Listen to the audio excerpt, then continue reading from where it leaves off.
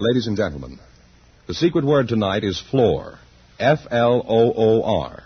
And Groucho, in just a few minutes, there'll be no more secret about America's most exciting new car, the DeSoto Fire Dome 8. Oh, really? You bet your life.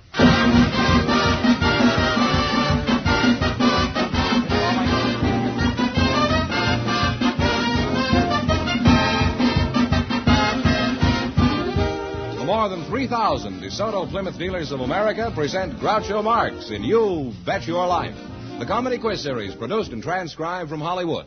And here he is, the one, the only... Groucho! He's been on before, hasn't he? Oh, that's me. Something early tonight.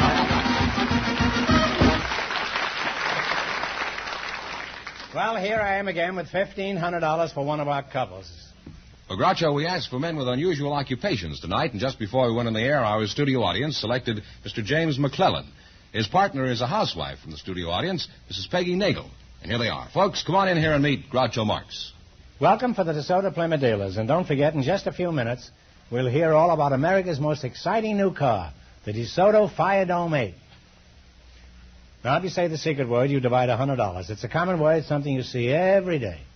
Just step up a little bit, Peggy. Atta Peggy. Mrs. Mrs., huh? Yeah. Oh, I'm sorry to call you Peggy. I hardly know you, huh? Mrs. O'Neill, is it? Nagel, huh? Mm-hmm. And Mr. James McClellan. Yes, McClellan. Where are you from, Peggy? I'm from Marshalltown, Iowa. Marshalltown, Iowa? Mm-hmm. And how long ago since you left there? Well, I was 4 years old about. Oh, 16 years ago, huh? How long have you been married, Peggy? 7 years. 7 years? Well, then you must be more than 20, huh? Oh, yes. Yeah. What sort of work does your husband do, Peggy? He has an upholstery shop. Oh, that's pretty stuffy work, isn't it? An upholstery shop? Yes. And Mr. McClellan, is that... Yes. You know there was once a mayor in New York named McClellan? No. You didn't know that? Never heard of him. Oh, well, then obviously you're not related to him, huh? No, I don't think so. Jane, I'll call you Jim, huh? All right. And that'll be Jim Dandy. Where are you from, Dandy? Jim? Wichita, Kansas. Wichita, huh? Yes. How long have you been living in California? I don't live in California. I live in Wichita, Kansas. Oh, and you go home every night? Is that what?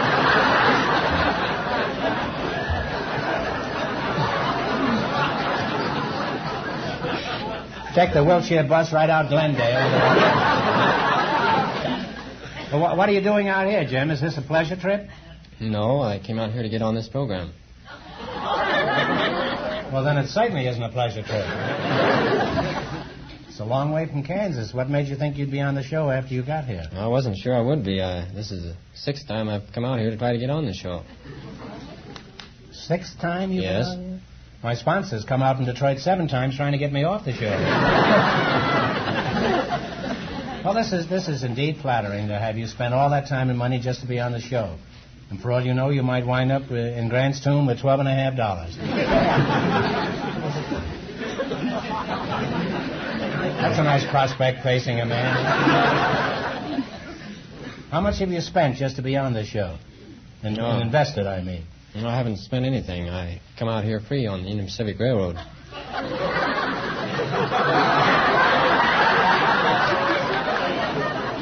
Well, do you come in the train or under it? Huh? No, I come in the train. In the train? Yes. Well, that runs into money, doesn't it? No, I ride free. Yeah, well, how do you do that? I work part-time as a brakeman and third cook on dining cars. You're a third cook? Yes. What are you in charge of the succotash or something? Imagine, combination cook and brakeman. Huh? If the spaghetti is sliding too fast, he puts the brake on it.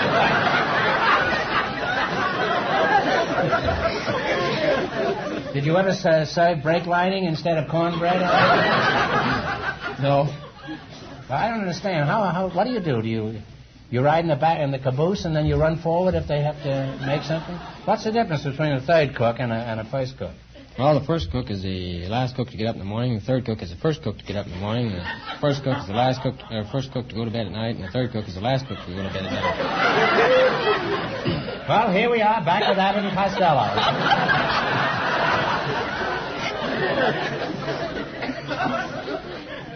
When are you the brakeman?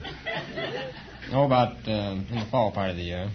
Oh, I see. You cook in the spring and then you're a brakeman in the fall. Well, do you cook in the brakeman's outfit or do you break in the cookman's outfit? Imagine. And how far did you travel, Peggy, to be on this show? About a mile. See, people come from all over the world just to be on this show. Now, in just 1 minute, you're going to play You Bet Your Life for a chance at the $1,500 question. Right now, I want you to pay close attention to this. It's the big DeSoto announcement we've all been waiting for. Announcing the new DeSoto Fire Dome 8. It's now at your DeSoto Plymouth dealers. The most exciting new automobile in America. The beautiful new DeSoto with the most exciting new engine in America. The 160 horsepower Fire Dome V8 engine. Here is an entirely new kind of automobile engine with hemispherical or dome-shaped combustion chambers that produce more work per unit of fuel. This means that the new DeSoto Fire Dome 8 gives you plenty of reserve power and acceleration at all speeds and on regular gasoline. See this great new car, the DeSoto Fire Dome 8.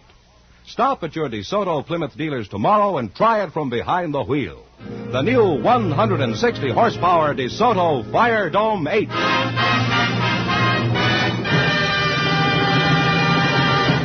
All right, here we go. Now, let's see how high I can build you $20. You selected anatomical terms. Here's your first question. How much will you bet? Want me to explain the rules to him first? Well, yes, if you care to. All right. And talk slowly until I get the stogie going. Huh? All right. You bet as much of your $20. Slower. You bet as much of your $20. Slower. You take your $20. Faster, huh? You bet as much of your $20 as you Faster, Fenneman. I'm all there. On each of 4 questions, you see, and then I forgot the rules. You bet as much of your $20 you want on each of 4 questions. Unless he does it all together, he can't do it. Huh? Well, explain the rules. all right. I'd like to understand them, too. Huh? You bet as much of your $20 as you want on each of 4 questions, and the couple that earns the most money gets a chance at the DeSoto Plymouth $1,500 question at the end of the show. All right, now you have $20. Now, how much are you going to bet of the 20? How much, 18? $18. All right. The word pedal pertains to what part of the body? Foot. Foot is right. You're off to a good start. You have $38. Remember, you're going for $1,500 tonight. Now, how much of the $38 will you try this time? Say 36. Fine. 36. The word manual pertains to what part of the body? Hand. Hands is right. You now have $74. Now, how much will you bet? How much do you want to bet? You have $74. 73. Talk up, Peggy. All right. Make believe you're talking to your 73. husband. 73. How much? 73. The word nasal pertains to what part of the body? The nose. No. Nose is right. You've now climbed to $147. And here's your last chance to beat the other couples. How much of the $147 are you going to risk? $130. $130. The word epidermal refers to what part of the body? The scalp. The skin. Skin is right. And you wind up with $277. Put it there, Peggy.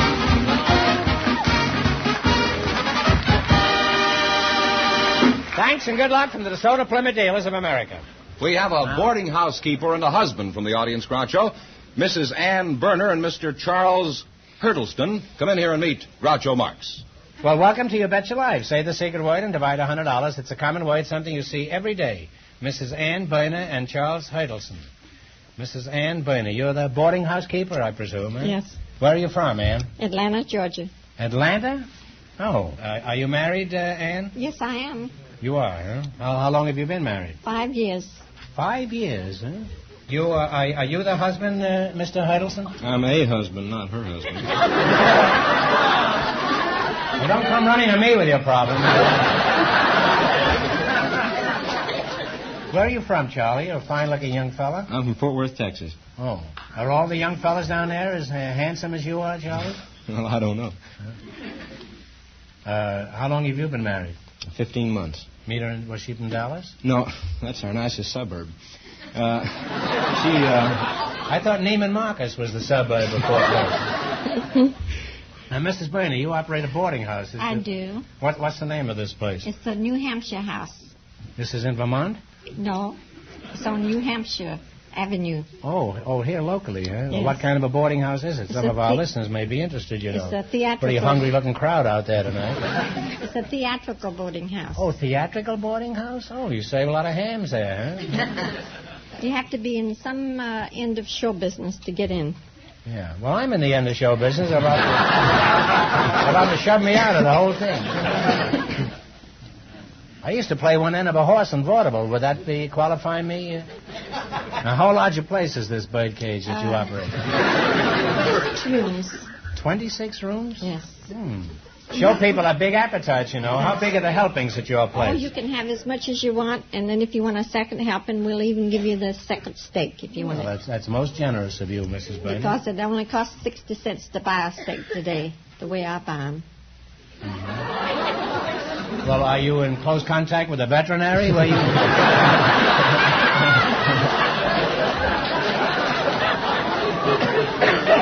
Well, I get the steaks anyway.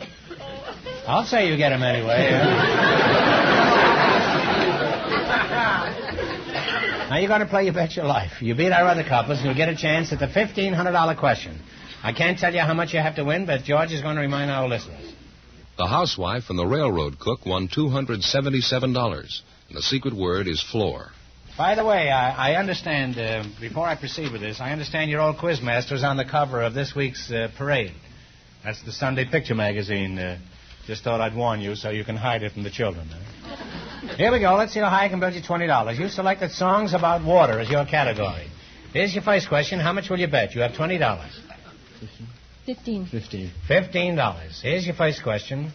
What is the name of this song? Play, Jerry.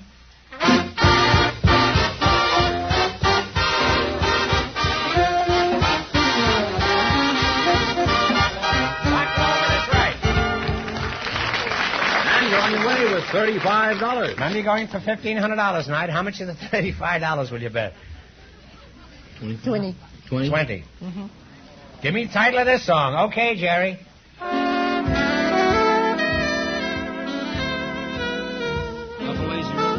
Lazy River is right. You now have $55.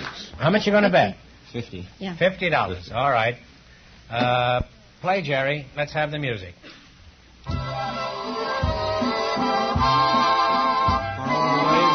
Over the waves of the loveliest night of the year. You now have $105. Here's your last chance to beat the other couples. How much will you bet? So you have $105. $100. Okay, here goes. $100. Give me the title of this song, Mr. F. Down upon the Swanee River.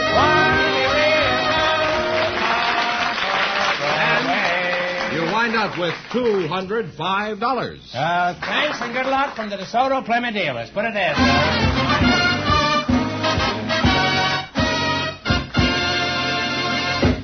Well, just before we went on the air, Groucho, our studio audience selected a first sergeant from the United States Army, James Schmidt. His partner is a friend of his, Miss Sue Hanson. Folks, come on in here and meet Groucho Marx. Welcome, kids, for the DeSoto Plymouth dealers. Say the secret word and divide $100. It's a common word, something you see every day. Sergeant Schmidt and Miss... Sue Hanson. Sue Hanson, huh? I suppose I should get military. At ease, Sergeant. At ease, babe. Sergeant, I'll just call you Jimmy, huh? James? Is that all right with you? Yeah, that's good enough. I'd rather you didn't look quite so belligerent. Where are you from, Mr. S? San Francisco, California. And what's your hometown? Kansas City, Sue? Missouri. Kansas City, huh? Mm-hmm. Do you yearn for KC anymore? No, not at all. You prefer California? Yes, I How like old are it. you, Sue? 25. And Sergeant, how old are you? 24. 24. Well, you're outranked. How long have you been in the Army? 10 years. 10 years you've been in the Army? Yeah. Were you a drummer boy originally? I can't help but notice all the bars and stripes and ribbons. Could you tell us what all that stands for? Yeah, the Combat Infantry badge with a star in it, Silver Star, Bronze Star with a cluster, Purple Heart with a cluster, and then just the regular campaign ribbons.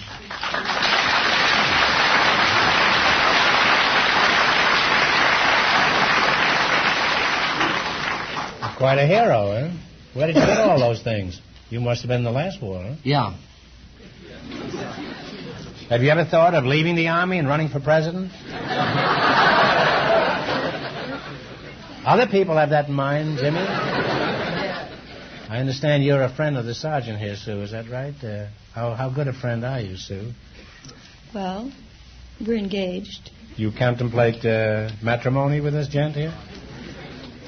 Those are my plans. Have you consulted the sergeant on this? Well, he's agreeable, I think. Well, he might be agreeable, but does he want to get married? Now, you're a first sergeant. What else do they call you? Top sergeant or top kick. I've heard of top sergeants. They're supposed to be the toughest men in the Army, aren't they? So, what do you call him when you're alone, Sarge or Top Kick?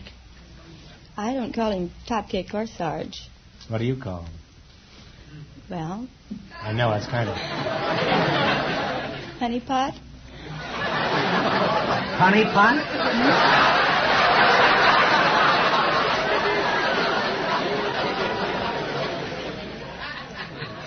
Honey Pot, is this true?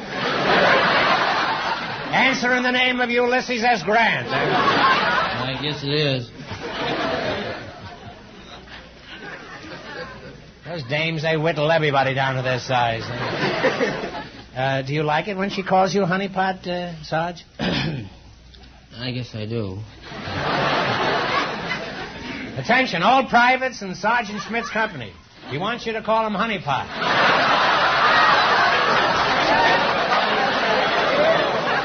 That's an order. Over and out. Roger, Sam. Do I sound like Captain Video? Sarge, let's find out about your job. For example, what do you actually do? Well, I'm the immediate representative of the company commander. I tell the men what the captain want them to do. And do you tell the captain what the men want him to do?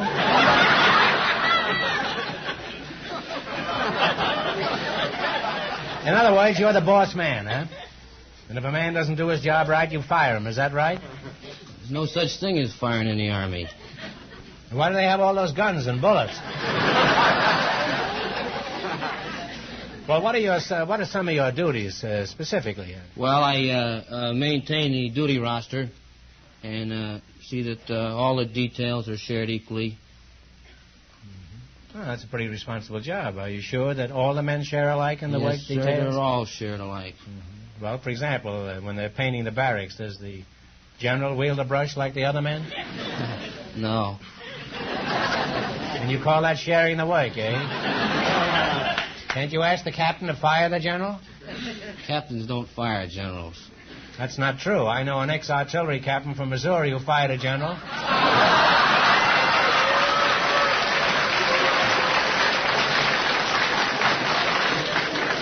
Of course, he was a very democratic fellow, but... How many men do you have in your company? Roughly 800. It's a post-operating company. Roughly 800, huh? Yeah. What do you mean by a post-operating company? You operate on the post there? No, we handle all the administrative functions on post and give logistical support to the ROTC and ORC units in Southern California. You didn't get a Purple Heart for that. How'd you get the Purple Heart? That's a while back. Well, tell us about it. I'm sure the audience would be interested in that. Well, the first time was in Sicily, at jail of Sicily, and then the second time was in Hamhung, North Korea.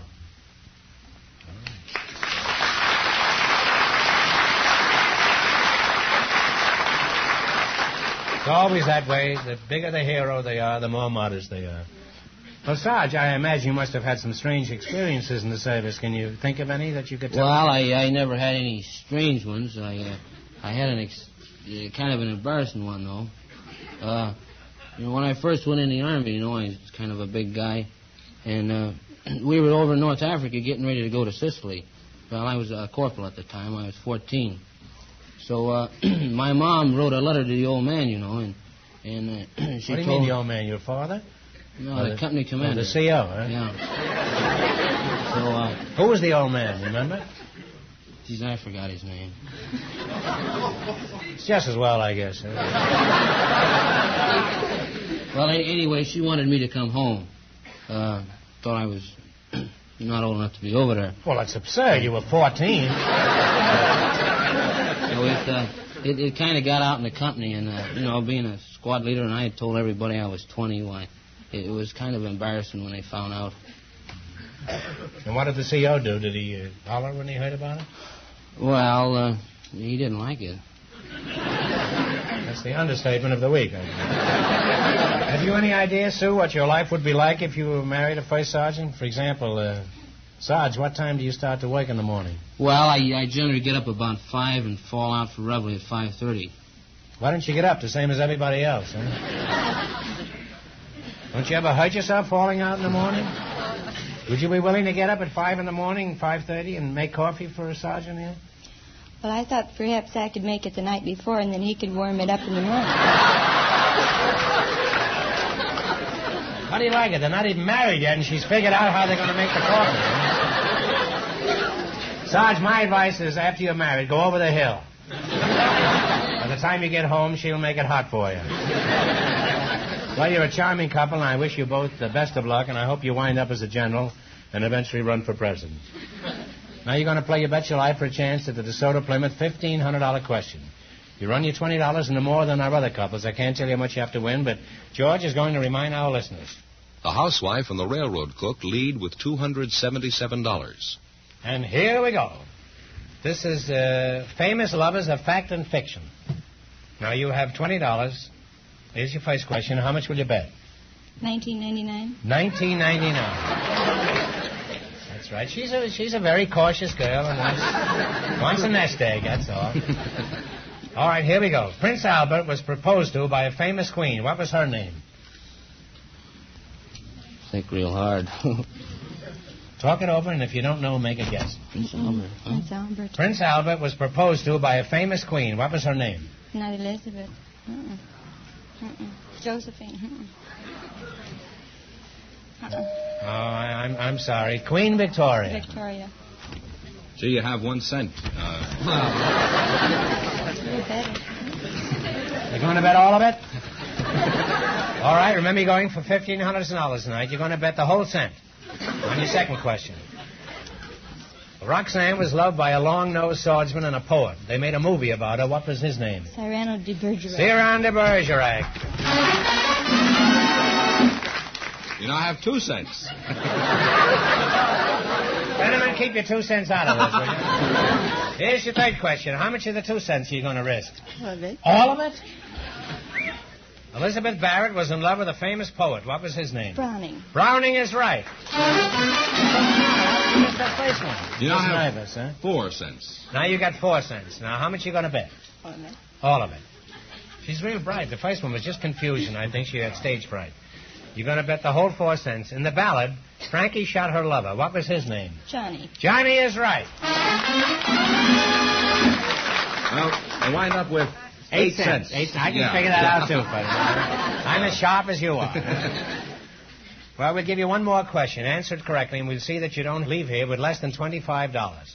You've got 8 cents, so this question is for $24 and $24.92. Think hard now, and please no help in the audience.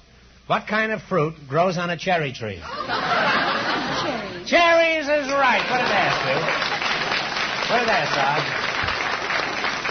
Well, you wound up with 8 cents, so that means that the housewife and the railroad cook with $277 in just 1 minute get the chance at the DeSoto Plymouth $1,500 question. Thank you.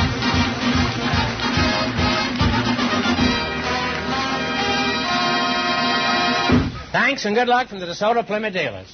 Now let's learn more about the spectacular new DeSoto Fire Dome 8.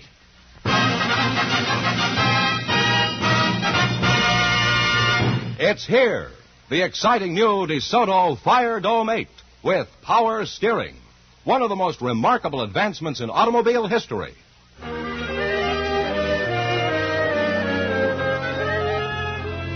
Power steering takes almost all the effort out of turning the wheels. Imagine, one finger. Yes, one finger is all it takes to turn the wheels, even when the car is at a standstill. In parking your car, you've never known anything to compare with DeSoto power steering. With no more effort than it takes you to dial a phone, you can turn the wheels and glide comfortably into the tightest parking space. And out on the highway, DeSoto power steering makes your control of the car easier, with less road shock. No matter how bad the road, DeSoto power steering helps you hold a true and steady course, and with practically no effort on your part.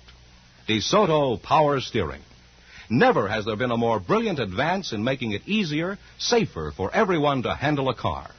See the brilliant new DeSoto with power steering, the 160 horsepower Fire Dome V8 engine, and other great features. It's now at your DeSoto Plymouth dealers.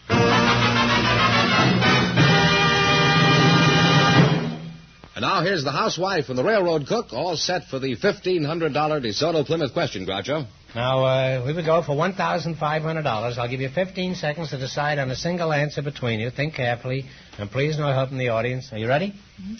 One of the well-known countries of the world is divided into two parts by 1,000 miles of another country. For $1,500, what country is geographically split into two separate parts? Talk it over. You got 15 seconds.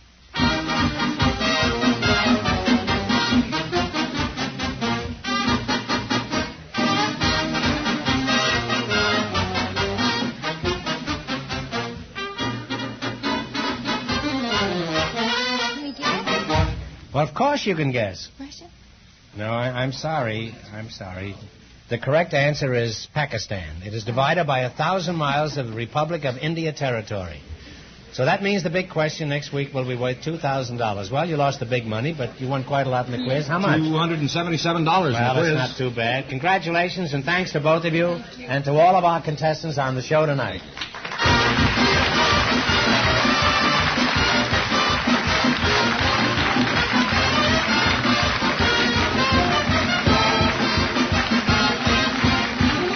Be sure to tune in again next Wednesday night at this same time for the Groucho Marx Show, when the big question will be worth $2,000. And don't miss Groucho's television show, also presented by the DeSoto Plymouth Dealers of America. And remember, all dealers who sell DeSoto also sell Plymouth.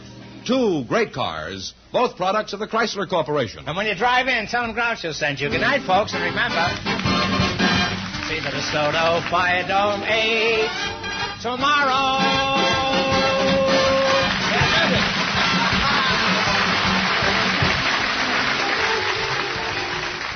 Folks, here's a reminder from the National Safety Council. Look out for the driver who doesn't look out for you. You Bet Your Life, transcribed from Hollywood, is produced by John Goodell. Directed by Robert Dwan and Bernie Smith. Music by Jerry Fielding. This is George Fenneman signing off for the more than 3,000 DeSoto Plymouth dealers from coast to coast.